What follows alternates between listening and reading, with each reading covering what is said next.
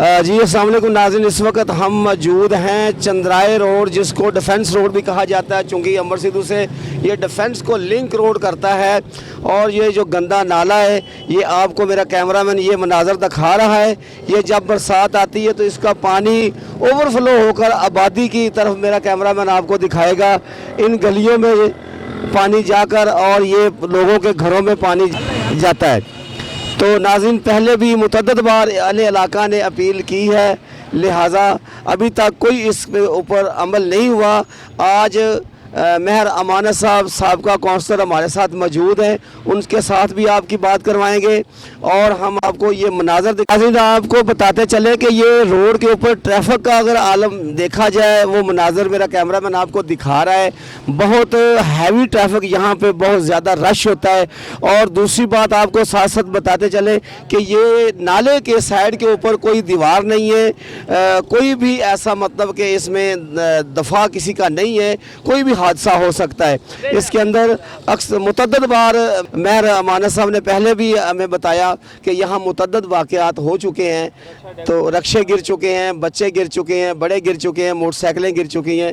तो इसमें आपको हम बात करवाएंगे यहाँ के जो मुकीम इलाका के रहायशी हैं उनके साथ, और मेयर अमानत साहब के साथ जो साहब का काउंसलर हैं, वो पूरी जद्दोजहद के साथ इस काम के पीछे लगे हुए हैं। तो आला काम से उन्होंने अपील की है कि एक तरफ तो हमारी जो हुकूमत है वो कह रही है कि हम अपने वासा को बहुत तेज़ कर दिया, बरसात में बहुत काम कर रहे हैं, मगर यहाँ के जो वासा के इंतज़ामिया के लोग हैं वो कहाँ हैं, नज़र नहीं आते। अगर वो आए तो इसको सफाई इसकी की जाए, इसको पानी, तो ये आबादी में पानी ना जा सके। तो जी नाज़रीन, आपको बताते चले यहाँ के मुकीम, जिनका सामने पेट्रोल पम्प भी है, चिराग भट्टी साहब, ये भी एक समाजी शख्सियत हैं, इनसे हम बात करेंगे। ये हमें मज़ीद तफसील बताएंगे कि बरसात में यहाँ क्या आलम होता है। जी अस्सलाम वालेकुम। वालेकुम सलाम। चिराग साहब क्या हाल है? जब यहाँ बरसात आती है तो क्या आलम होता है? यहाँ पे काफ़ी रोड पे पानी वगैरह खड़ा हो जाता है, उसके अलावा भी फैमिली वगैरह काफ़ी तकलीफ वगैरह आती है, काफ़ी बच्चे वगैरह भी गिरते हैं, बाइक्स वाले हुए, कल भी ये 2-3 वाक़ इसी तरह ही हुए हैं, और इसके अलावा काफ़ी मसले वगैरह आ रहे हैं। हुकूमत से क्या मुतालबा करते हैं? यही करेंगे कि हमारा नाला ठीक, उसके अलावा रोड वगैरह हो गया, शुरू से लेकर चीज़ें देख यहाँ पे देख रहे हैं कितना रोड वगैरह ख़राब है, कितनी मुश्किल होती है। बहुत शुक्रिया। तो जी नाज़रीन, समाजी कारकुन जो हमारे साथ मोहम्मद तफ़ैल साहब मौजूद हैं, इनसे भी हम बात करेंगे और इनसे पूछेंगे कि ये क्या कहना चाहते हैं। ये जो दुरीना मसला पानी का, नाले का गंदा है। जी अस्सलाम वालेकुम। वालेकुम अस्सलाम।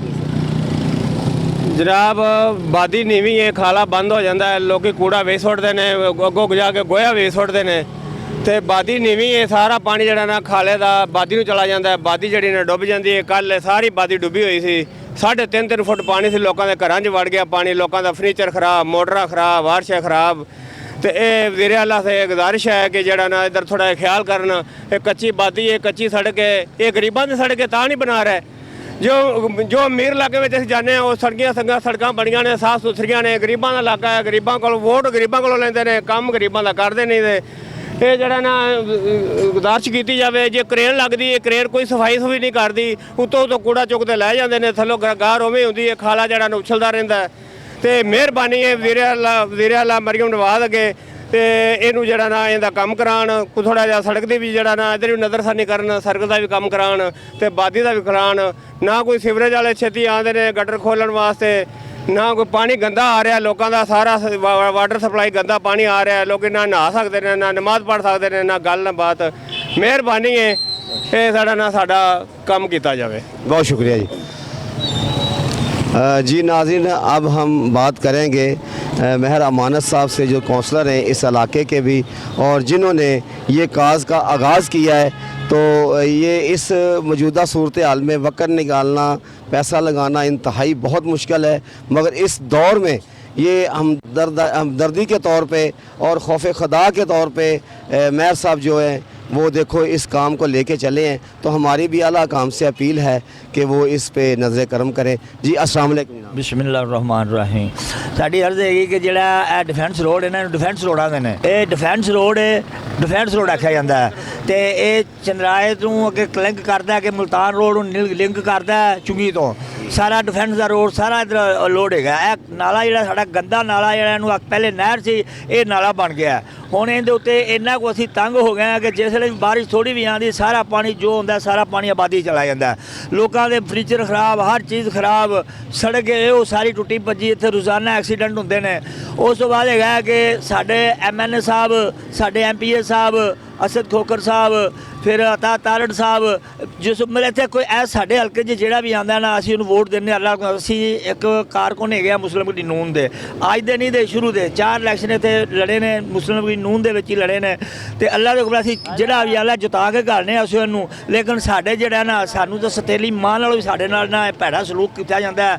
ਮੈਂ ਗਵਰਨਮੈਂਟ ਕਰਦੀ ਹੈ ਜਾਂ ਜੋ ਵੀ ਹੈ, ਮਰੀਮ ਨਵਾਜ਼ ਹੈ ਕਿ ਸਾਡੀ ਰਿਕੁਐਸਟ ਹੈ ਇੱਕ ਵਾਰੀ ਮੌਕਿਆਂ ਤੇ ਆਵੇ, ਆ ਕੇ ਮੌਕਾ ਵੇਖੇ ਆਇਆ ਕਿ ਇੱਥੋਂ ਕੋਈ ਲੰਘ ਸਕਦਾ ਜਾਂ ਨਹੀਂ ਲੰਘ ਸਕਦਾ।